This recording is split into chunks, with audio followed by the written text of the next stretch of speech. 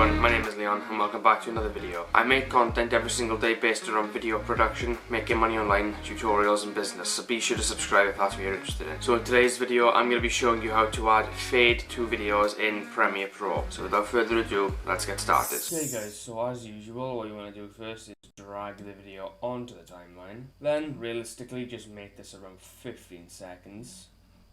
So let me just find a 15 seconds.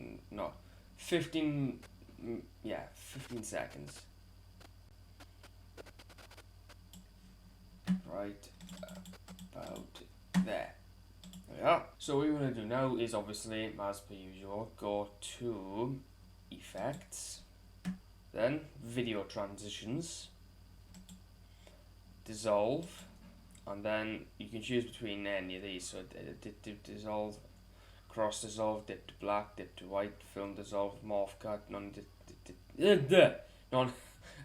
dissolve, or addictive dissolve, I don't know how to say it.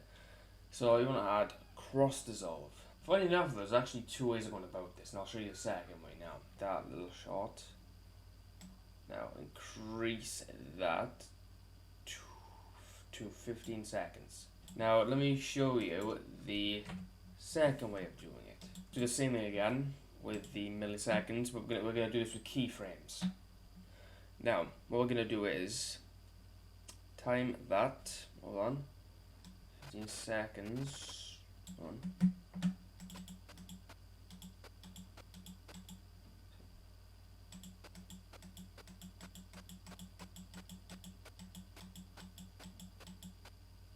There we are.